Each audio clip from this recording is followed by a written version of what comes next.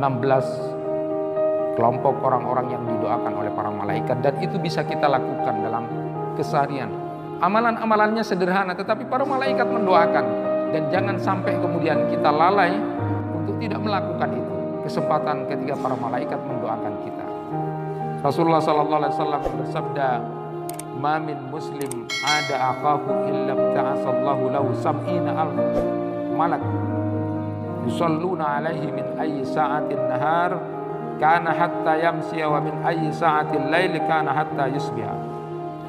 Tidaklah seorang muslim, seorang mukmin menjenguk saudaranya, melainkan Allah akan mengutus 70.000 malaikat untuknya, yang akan bersalawat mendoakan dia kapan saja di waktu siang hingga sore, dan kapan saja waktu malam hingga subuh.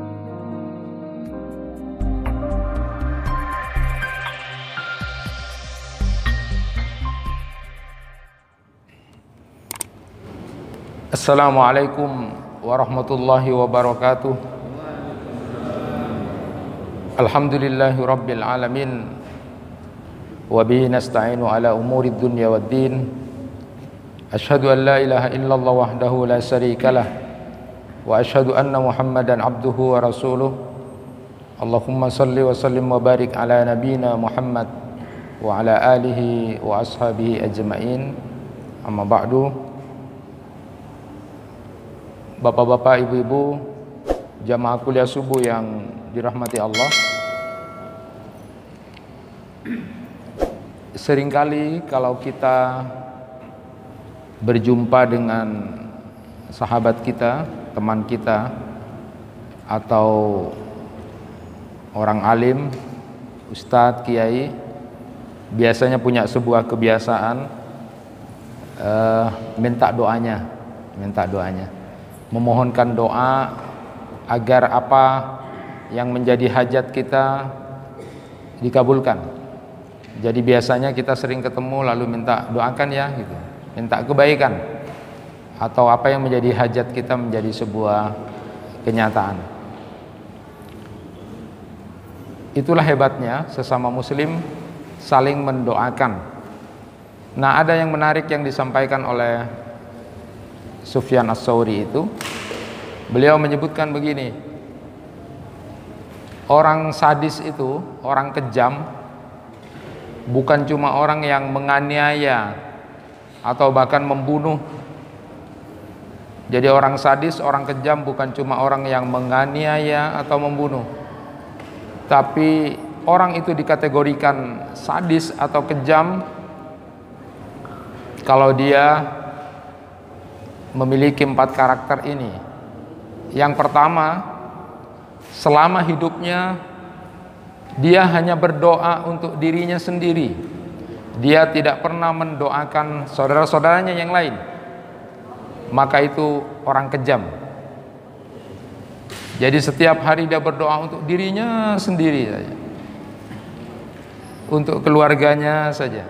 Dia tidak pernah mendoakan orang-orang yang lain, familinya, saudaranya, tetangganya. Maka dia itu orang kejam, katanya Sufyan Ats-Tsauri. Yang kedua, orang dikatakan sadis atau kejam itu adalah orang yang punya kemampuan untuk membaca Al-Quran, tetapi dia tidak baca Al-Quran. Sehari 100 ayat. Itu yang disampaikan oleh Sufyan Ats-Tsauri. Orang yang punya kemampuan baca Al-Quran, tetapi kok dia tidak sempat baca Al-Quran dalam 1 hari itu, maka dia itu orang kejam, orang sadis.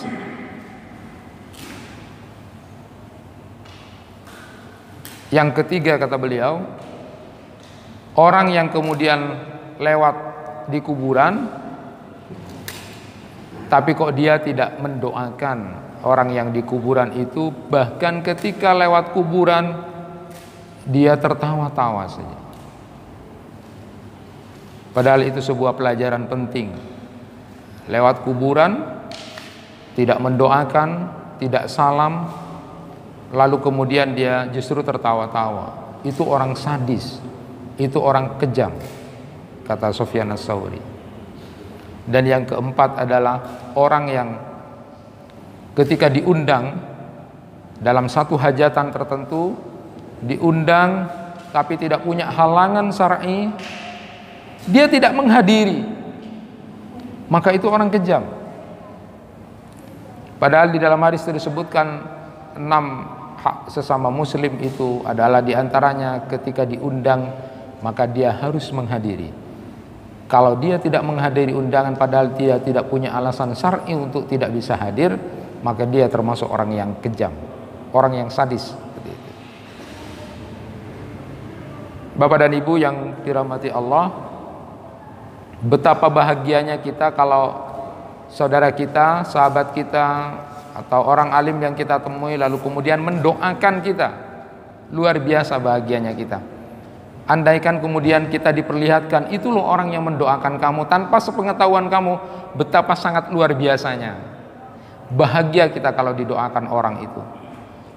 Maka di dalam hadis itu disebutkan, da'watul mar'i al-muslim li akhihi bidhahril ghaib mustajabah. Inda ra'sihi malakun muwakkalun kullama da'a li akhihi bi khair qala al-malakul muwakkalu bihi amin walaka bimislim. Doanya orang saudara muslim kepada saudaranya itu tanpa sepengetahuan dia, maka itu makbul, sangat diijabah oleh Allah Subhanahu wa taala. Ketika dia berdoa, di kepalanya ada malaikat yang menjadi utusan Allah. Setiap dia berdoa kepada saudaranya lalu dibilang amin, kata malaikat. Dan mudah-mudahan doamu itu juga kepada saudaramu itu juga menimpa kepada kamu, atau kamu juga dapat seperti yang didoakan. Luar biasa Bapak dan Ibu sekalian, kebiasaan untuk mengukur apakah hati kita ini bagus atau tidak, hati kita ini jernih atau tidak, hati kita ini tidak ada kebencian, kedengkian dengan sesama muslim mukmin, maka dia selalu mendoakan saudaranya. Itu luar biasa, saling mendoakan saudaranya tanpa sepengetahuan dari saudaranya, tanpa sepengetahuan saudaranya dia mendoakan itu. Maka bagus kalau Bapak dan Ibu dalam kesempatan setiap hari barangkali ada kesempatan, doakan tetangganya yang mungkin menyakiti kita, saudaranya, familinya, atau siapapun sahabatnya yang pernah menyakiti, didoakan. Jadi sahabatnya, ya Allah dia punya masalah tentang ekonomi, ya Allah berikan dia kemudahan, tanpa sepengetahuan orang itu. Walaupun dia mungkin nyakitin kita, tapi kita doakan. Betapa luar biasanya perilaku seperti ini. Inilah orang-orang yang kemudian nanti doanya dimakbul atau doanya dikabulkan oleh Allah Subhanahu wa taala. Betapa bahagianya kalau kita didoakan oleh orang lain. Dan tentu pada kesempatan kali ini saya ingin menyampaikan dan lebih berbahagia kalau seandainya kita didoakan oleh para malaikat itu. Para malaikat ikut mendoakan kita. Bahagia kita kalau kemudian yang mendoakan itu juga malaikat. Makhluk yang kemudian mulia, yang di dalam Al-Quran disifati la ya'sunallaha ma amarahum wa yaf'aluna ma yu'marun. Makhluk yang tidak pernah durhaka kepada Allah, tidak pernah bermaksiat kepada Allah, dan selalu melakukan perintah-perintahnya, didoakan oleh para malaikat. Kedudukan para malaikat ini luar biasa. Ketika suatu saat Rasulullah SAW makan di tempat di rumahnya Sa'ad bin Ubadah itu, makan Rasulullah bersama sahabat. Lalu kemudian setelah itu Rasulullah mendoakan 3 hal kepada Sa'ad bin Ubadah dan keluarganya itu. Di antaranya doa yang kemudian disampaikan oleh Rasulullah, mudah-mudahan para malaikat juga mendoakan kalian. Rasulullah SAW menyatakan, aftara indakumus shaimun wa akala ta'amakumul abrar wa sallat alaikumul malaikah.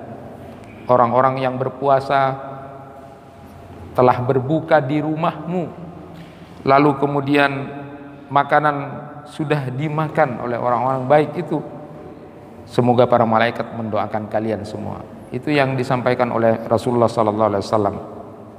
Bahagia kalau kita didoakan oleh para malaikat.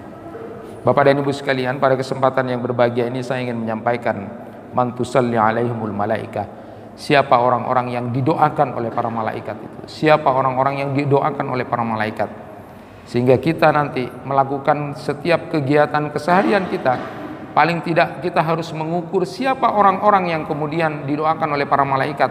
Kita tentu akan merasa menjadi bahagia, tidak cuma saudara-saudara kita yang mendoakan kita, yang menunjukkan ketulusan hatinya dan kebersihan hatinya, tetapi para malaikat juga mendoakan. Dan ternyata di dalam hadis-hadis Rasulullah itu paling tidak ada 16 kelompok orang-orang yang didoakan oleh para malaikat, dan itu bisa kita lakukan dalam keseharian. Amalan-amalannya sederhana, tetapi para malaikat mendoakan, dan jangan sampai kemudian kita lalai untuk tidak melakukan itu. Kesempatan ketika para malaikat mendoakan kita. Yang pertama itu disebutkan di dalam hadis, siapa orang yang didoakan para malaikat? Orang yang tidur malam, orang yang ketika saat mau tidur malam dia dalam keadaan suci, dalam keadaan berwudu. Saya ingin bacakan hadis-hadis Rasulullah sallallahu alaihi wasallam. Pertama, hadis riwayat Imam At-Tabrani, itu meriwayatkan dari Ibnu Abbas radhiyallahu anhuma, bahwa Nabi sallallahu alaihi wasallam bersabda, "Tahhiru hadhil atsada tahharakumullah. Fa innahu laisa min 'abdin yabit tahiran illa bata ma'ahu fi si'arihi malak.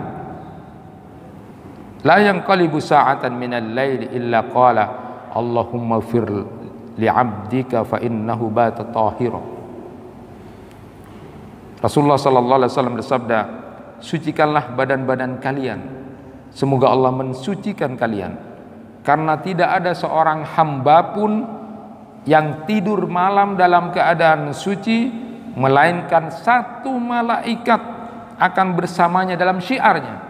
Jadi syin pakai kasrah, syiar itu artinya apa yang kita pakai, bisa pakaian kita, apapun yang kita pakai di malam hari itu, lalu kita tidur dalam keadaan berwudu, maka malaikat bersama di pakaian itu. Dan tidaklah dia kemudian membolak-balikkan badannya, melainkan satu malaikat akan berkata, ya Allah, ampuni hambamu ini karena dia tidur dalam keadaan suci. Ini amalan yang sederhana, amalan yang sederhana, bahkan bisa dienteng-entengkan.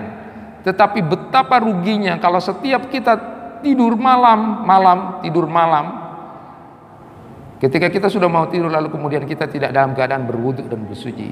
Karena disebutkan di dalam hadis ini, saat itu ada malaikat yang kemudian ada di syiar kita, apa yang kita pakai itu. Lalu hebatnya lagi, malaikat yang bersama kita itu kemudian mendoakan kita ketika kita berbolak-balikkan badan kita. Bolak-balik, jam berapa balik, itu malaikat itu kemudian mendoakan. Allahumma fir li 'abdika fa innahu bata tahira. Hadis yang kedua yang saya bacakan juga berkaitan dengan masalah ini juga, dari Imam Ibnu Hibban, dari Ibnu Umar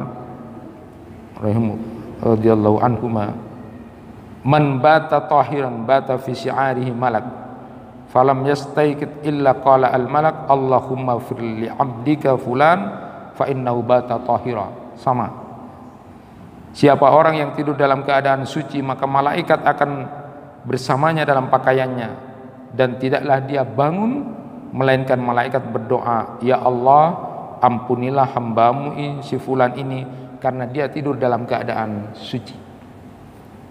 Jadi dari dua hadis ini ada dua hal yang bisa kita pahami. Pertama, bahwa malaikat akan bersama di dalam pakaian orang yang tidur dalam keadaan suci itu. Ini sungguh sesuatu yang sangat mulia. Bahkan ada ulama yang menyatakan, jangankan didoakan oleh malaikat, rasanya sudah cukup kalau malaikat bersama kita untuk menjaga kita, dengan cara kemudian tidur dalam keadaan berwudu itu. Tidak mendoakan, apalagi kemudian mendoakan. Yang kedua, malaikat yang diutus oleh Allah memohonkan ampunan kepada orang yang tidur dalam keadaan bersuci ini. Setiap dia membolak-balikkan badannya, dia kemudian didoakan oleh malaikat ini. Ini hal yang kecil tetapi perlu kita biasakan. Ma min muslim yabitu ala dzikri tahirin fayata'aru minal laili fayas'alullahu khairan minad dunya wal akhirah illa a'tahu iyyahu. Tidaklah seorang muslim bermalam dalam keadaan berzikir kepada Allah, dalam keadaan suci juga, lalu dia bangun pada satu malam dan berdoa memohon kebaikan dunia dan akhirat kepada Allah, melainkan Allah akan mengabulkan permintaannya. Hadis riwayat Abu Daud. Jadi kalau dalam keadaan tidur, dalam keadaan berwudu, lalu kemudian mau tidur itu dalam keadaan berzikir, bisa astagfirullah, tertidur, bisa baca subhanallah, alhamdulillah wala, tertidur, itu luar biasa. Nanti dia terbangun, jam 2 terbangun, lalu kemudian berdoa, ya Allah saya minta ini, dunia dan akhirat yang dia minta akan dikabulkan oleh Allah. Betapa ruginya orang yang kemudian pada tidur malam itu dalam keadaan main HP, tertidur, nonton sepak bola, tertidur itu. Rugi sekali, rugi sekali. Pada saat itu banyak orang-orang yang seperti itu.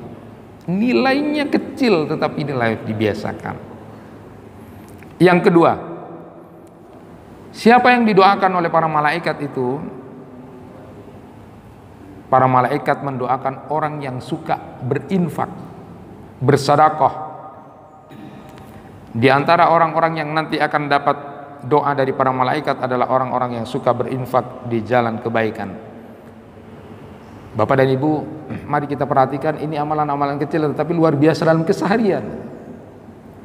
Nabi SAW bersabda, "Ma min yaumin yusbihul ibad fihi illa malakani yanzilani wa yaqulu ahaduhuma Allahumma a'ti munfikan khalafa wa yaqulu al-akhar Allahumma a'ti mumsikan talafa."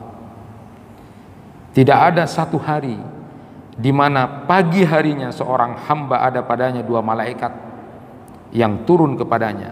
Salah satu di antara malaikat itu kemudian berkata, berdoa, ya Allah berikan ganti kepada orang yang mau memberi hari ini, dan hancurkan hartanya orang yang hari ini tidak memberi karena dia pelit. Jadi kata khalafa itu adalah pengganti. Khalaf, pengganti yang sangat besar. Di dunia dia akan dapat balasan, apalagi nanti di akhirat. Allah Subhanahu wa taala berfirman dalam Quran surat Saba ayat 39 itu, wa ma anfaqtum min syai'in fa huwa yahlifu wa huwa khairur raziqin. Maka penting buat kita ini, sehari kita bangun lalu punya niat, punya sebuah habit, kebiasaan. Tidak usah banyak-banyak. Kalau itu berupa uang, mungkin 5.000, bisa, terserah kita, kemampuan kita, hanya Allah yang kemudian melihat itu. Tapi sudah satu hari ini dia berniat kemudian menginfakkan hartanya, punya kebiasaan setiap hari, karena hadisnya itu tiap pagi. Saya ingin bacakan lagi hadis yang berikutnya berkaitan dengan masalah harian. Ma tala'at syamrun qattun illa bu'isa bijambatiha malakani yunadiyani ismi'ani ahlul ardi illa saqalain ya ayyuhan nas halumu ila rabbikum fa inna ma qalla wa kafa khairum mimma kasura wa alha wala abat syamsun qat illa bu'isa bijambataha malakani yunadiyani yusmi'ani ahlul ardi illa saqalain Allahumma a'ti munfikan khalafa wa a'ti mumsikan talafa. Tidaklah matahari terbit melainkan diutus di dua sisinya 2 malaikat yang berseru. Semua penduduk bumi mendengarnya kecuali jin dan manusia. Keduanya berkata, wahai manusia, menghadaplah engkau sekalian pada Tuhanmu, karena yang sedikit tetapi itu cukup, itu jauh lebih baik daripada banyak tetapi kemudian kamu pakai untuk foya-foya. Lalu kemudian berkatalah juga pada saat matahari terbenam, 2 malaikat yang diutus oleh Allah Subhanahu wa taala itu dan didengar oleh semua penduduk bumi kecuali jin dan manusia. Ya Allah, berilah ganti orang yang berinfak hari ini dan hancurkan harta orang yang pelit atau kikir. Jadi setiap hari berpikir, pokoknya saya hari ini harus memberi, saya harus memberi seberapapun itu, 1.000 rupiah kah, 5.000 rupiah kah, semampu dan semaksimal yang kita punya beri. Ada habit kebiasaan setiap hari. Kenapa? Karena orang yang kemudian melakukan itu didoakan oleh para malaikat, diganti, ya Allah ganti, dia ganti. Punya kebiasaan, ada keajekan ketika dia mau memberi itu. Dan malaikat selalu mendoakan itu. Dan ternyata malaikat sudah mengumumkan itu, kecuali yang tidak dengar adalah manusia dan jin. Jadi andaikan kemudian sudah dalam hadis ini disebutkan, sudah dengar, kita tahu itu. Hari ini sedikit tapi itu kemudian cukup, lalu kamu syukuri, jauh lebih baik daripada banyak lalu kamu gunakan untuk foya-foya, sesuatu yang tidak penting. Dan para malaikat akan mendoakan kalau kita hari ini memberi sesuatu. Makanya ada orang yang punya kebiasaan, gimana kalau jemput beras itu langsung aja 1 kilo daripada nanti tiap hari katanya. Tapi ada yang bilang justru dibiasakan tiap hari itu, walaupun sedikit jumlahnya sama dengan yang 1 minggu, 1 pekan sekali. Tetapi karena ada habit kebiasaan setiap hari itu untuk niat, kemudian hari ini didoakan oleh para malaikat. Yang ketiga, siapa yang mendoakan kita? Siapa orang yang didoakan oleh para malaikat itu? Yang ketiga adalah orang yang menjenguk orang sakit. Dan ini luar biasa, hadirin yang dirahmati Allah. Para malaikat akan mendoakan orang-orang yang kemudian suka menjenguk orang sakit. Ini masalah amalan-amalan kecil, tetapi luar biasa kalau dilakukan. Rasulullah SAW bersabda, "Ma min muslim ada akhahu illa ta'asallahu lahu sab'ina alf malak yusalluna alaihi min ayyi sa'atin nahar kana hatta yamsiya wa min ayyi sa'atil laili kana hatta yusbiha." Tidaklah seorang muslim, seorang mukmin menjenguk saudaranya, melainkan Allah akan mengutus 70.000 malaikat untuknya, yang akan bersalawat mendoakan dia kapan saja di waktu siang hingga sore, dan kapan saja waktu malam hingga subuh. Hadis riwayat Ibnu Hibban. Bapak dan Ibu sekalian, ada saran dari Syekh Ahmad Abdurrahman Al-Banna itu, bahwa kalau bisa kita menjenguk orang sakit ini, kalau berdasarkan hadis ini, bahwa 70.000 malaikat mendoakan kita, itu luar biasa. Kalau menjenguk orang sakit, kalau bisa sekalian di awal waktu pagi atau sekalian di awal waktu malam. Karena hadis ini menyatakan kalau ada orang yang menjenguk orang sakit, itu selama itu di waktu siang, maka dia sampai waktu terbenam matahari selalu bersama 70.000 malaikat itu mendoakan dia. Maka diusahakan di awal waktu sekalian. Jadi makanya jam besuk itu sebenarnya pagi sekalian, pagi atau kemudian menjelang petang atau sore sekalian. Jadi di awalnya, biar malaikat 70.000 malaikat yang mendoakan kita itu lama bersama kita. Itu saran dari Syekh Ahmad Abdurrahman Al-Banna. Tetapi paling tidak dari hadis ini kita bisa memahami bahwa orang yang kemudian suka menjenguk orang sakit itu, maka dia akan didoakan oleh para malaikat, 70.000 malaikat. Dan saya punya sampaikan kepada murid-murid saya itu, kamu nak kalau menjenguk orang sakit itu, mintalah ada 70.000 malaikat bersama kamu. Selesai kamu bersama orang yang sakit, doakan dia, lalu kemudian keluar, minta apa yang menjadi hajat kamu, itu akan diamini oleh para malaikat. Jadi ini kesempatan, ilmu-ilmu seperti ini, kalau kemudian jenguk orang sakit, selesai, doakan yang sakit, kita keluar. Nah, saat keluar itu boleh kita berdoa, karena di situ diikuti oleh 70.000 malaikat mengamini apa yang menjadi permintaan kita, hajat kita. Karena sampai waktu siang itu selesai terbenam, lalu kemudian malaikat tidak ada. Tapi kalau menjenguknya di waktu petang atau maka sampai subuh, maka gunakan kesempatan malaikat yang bersama kita diutus oleh Allah itu untuk berdoa. Di riwayat lain disebutkan, kulluhum yastaghfirullah wa kana lahu kharifun fil jannah. Para malaikat itu memohonkan ampun bagi orang yang kemudian menjenguk orang sakit ini.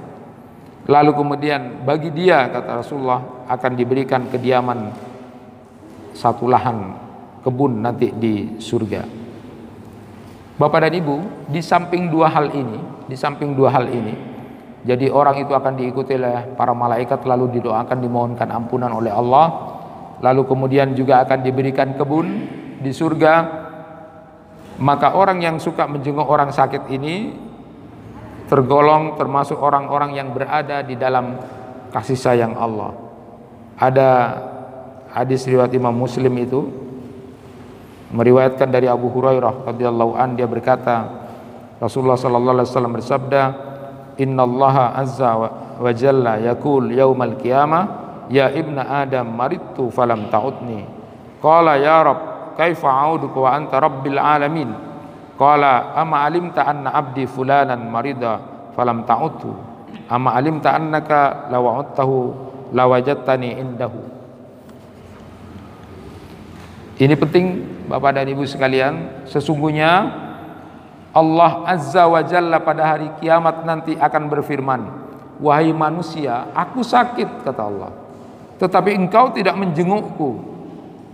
Lalu hamba itu berkata, "Ya Rabb, bagaimana engkau sakit? Bagaimana aku bisa menjengukmu sedangkan engkau adalah Rabb semesta alam?" Lalu Allah berfirman, "Apakah engkau tidak tahu bahwa hambaku si fulan sakit, tetapi engkau tidak menjenguknya? Apakah engkau tidak tahu seandainya engkau menjenguknya maka engkau akan menemukanku di sisinya?" Jadi la wajadtani indahu. Imam An-Nawawi menyatakan bahwa menemukan pahala dan kemuliaan dariku di sana. Kalau Ali Al-Qari itu menyatakan menemukan keridhaanku di sisinya. Ini sudah riwayat yang masyhur. Jadi Allah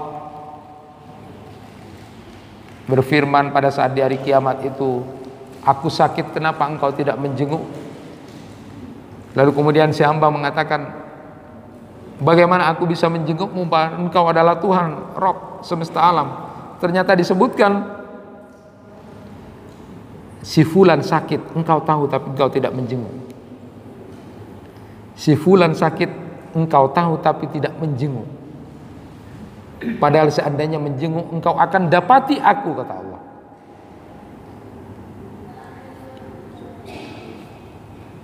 Saudaranya tahu tapi tidak menjenguk, tidak menjenguk.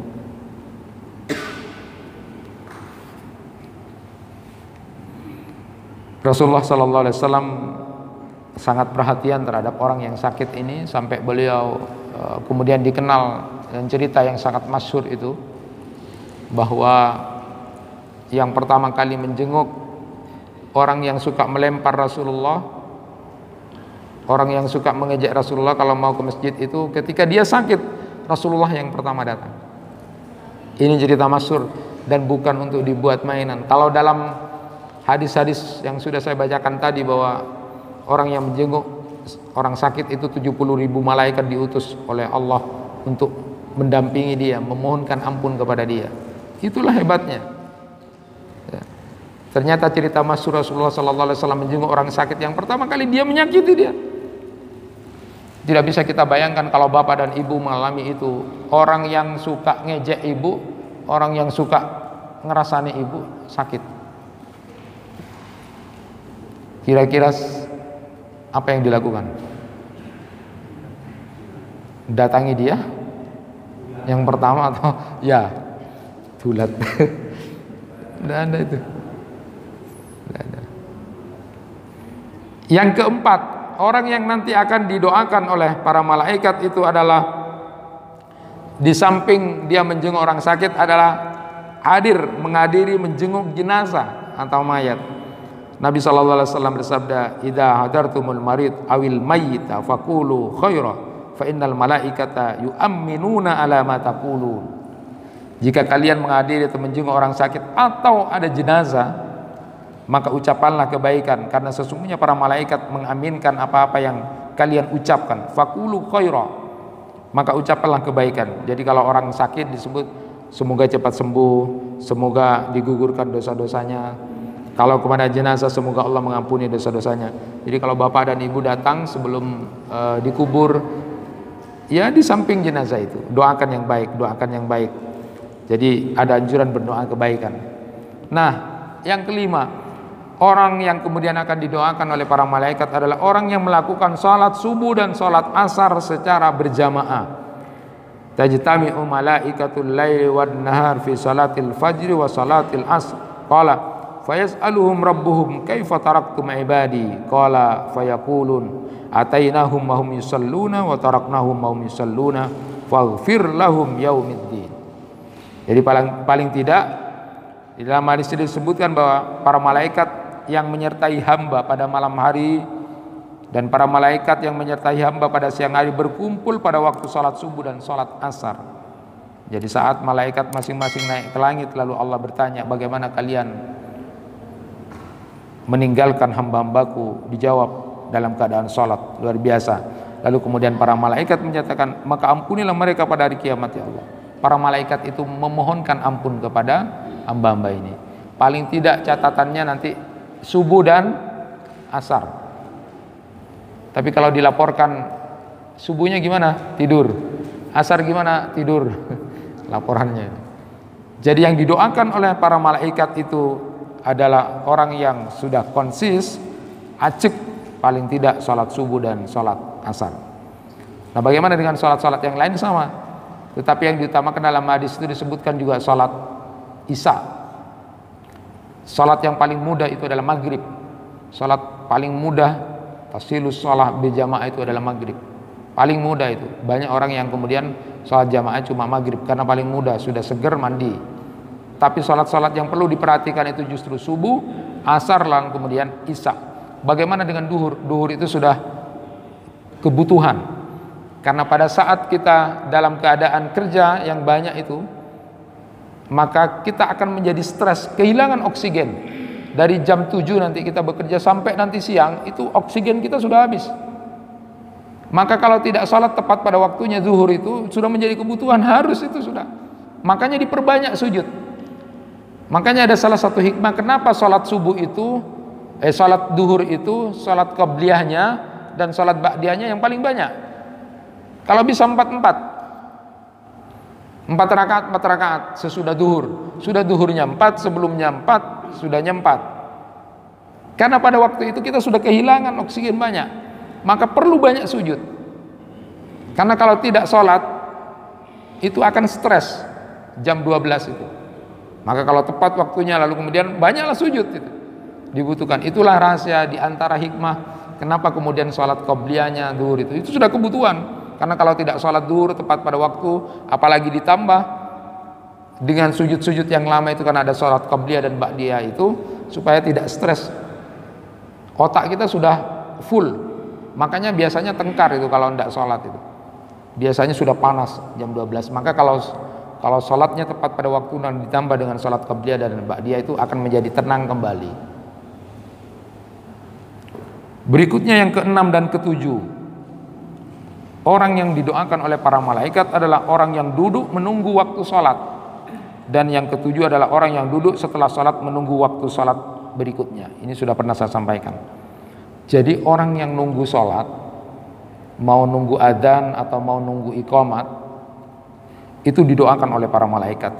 Imam Muslim meriwayatkan dari Abu Hurairah radhiyallahu an bahwa Rasulullah sallallahu alaihi wasallam bersabda, ahadukum ma qa'ada yantadirus shalah fi salatin malam yukdisu tad'u lahul malaika Allahumma fir lahu Allahumma arhamhu. Jadi ketika kita duduk nunggu azan itu atau nunggu iqamah, itu para malaikat mendoakan, ampuni dia ya Allah, ampuni dia ya Allah, ampuni dia, kasih sayangi dia, kasih sayangi. Semakin lama menunggunya bagus.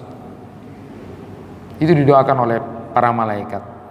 Nah, kita mengetahui bahwa ada waktu mustajabah doa itu adalah innad du'a la yaruddu bainal adzan wal iqamah fad'u.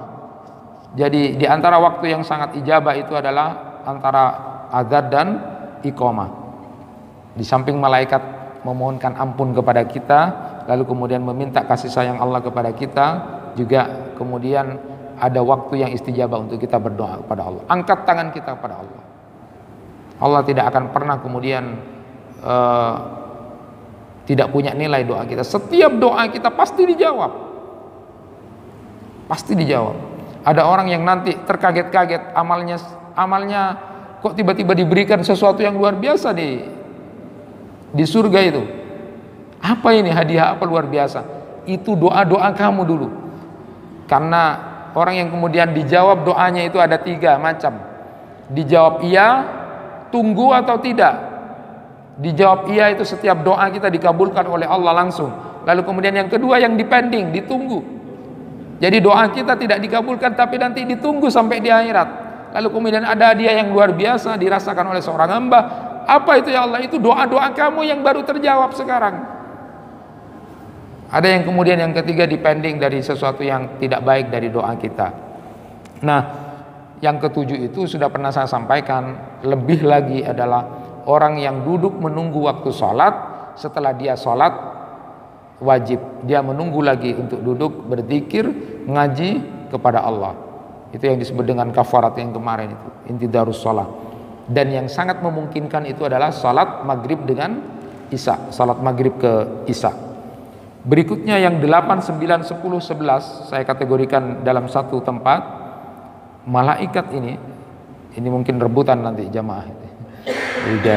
Biar walaupun sudah tahu ya. 8, 9, 10, 11 ini akan didoakan oleh para malaikat. Yang pertama adalah doa para malaikat bagi orang yang berada di shaf depan. Di shaf depan itu. Nah, ini menjadi menarik. Saya Innallaha wa malaikatahu yusalluna ala shaffil awal, Ibnu Hibban. Jadi yang shaf depan itu. Ketika ada yang sahabat yang tanya lagi, yang shaf kedua ya Rasulullah. Allah kemudian di sini disebutkan yang kemudian didoakan para malaikat shaf depan katanya. Rasulullah bilang lagi, yang shaf depan. Tanya lagi, yang shaf kedua? Ya, shaf kedua juga. Begitu jawaban Rasulullah. Jadi maksa gitu kan, maksa. Jadi yang shaf pertama itu yang didoakan para malaikat. Yang shaf kedua, lalu kemudian dijawab, Rasulullah jawabnya yang shaf pertama. Diulang lagi sama Rasulullah. Terus yang kedua, iya yang kedua baru gitu kan. Itu artinya keutamaan dari shaf yang pertama.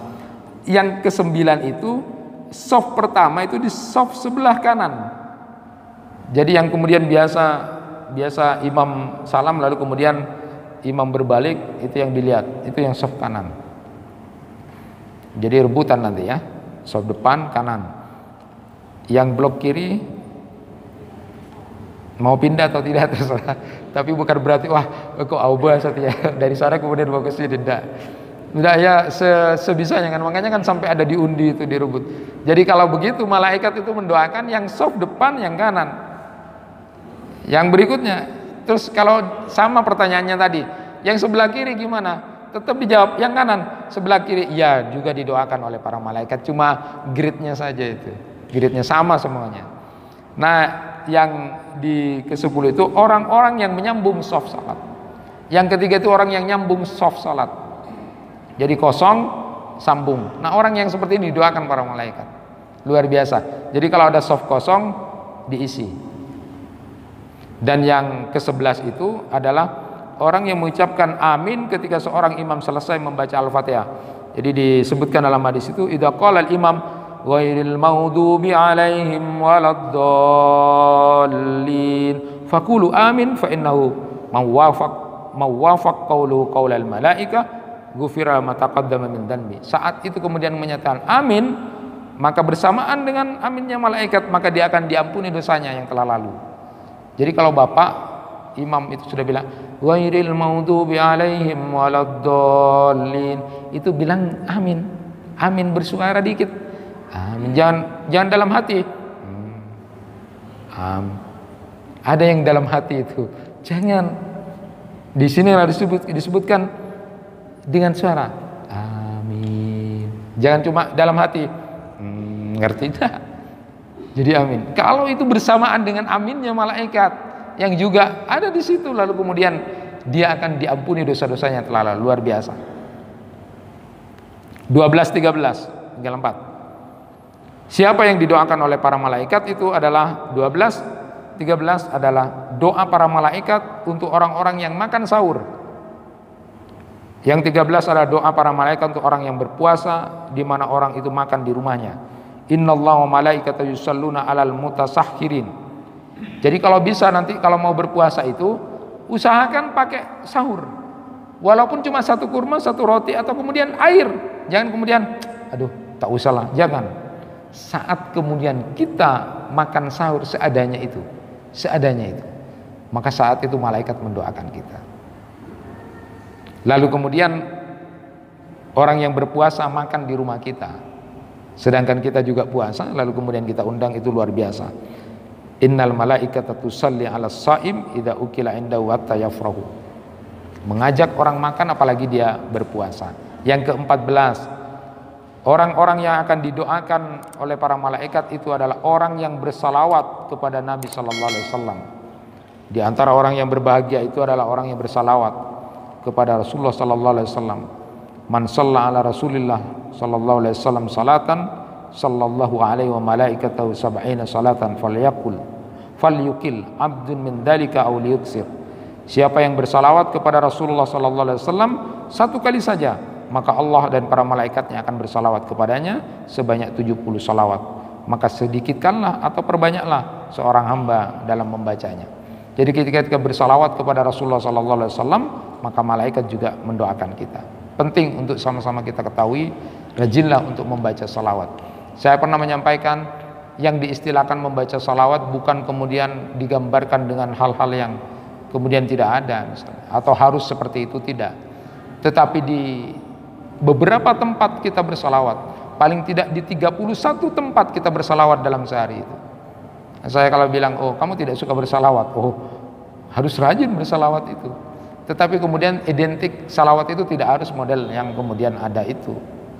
Ya, bersalawat, orang mau masuk masjid bersalawat, Allahumma ftahli abwaaba rahmatika, Allahumma salli ala Muhammad wa sallim.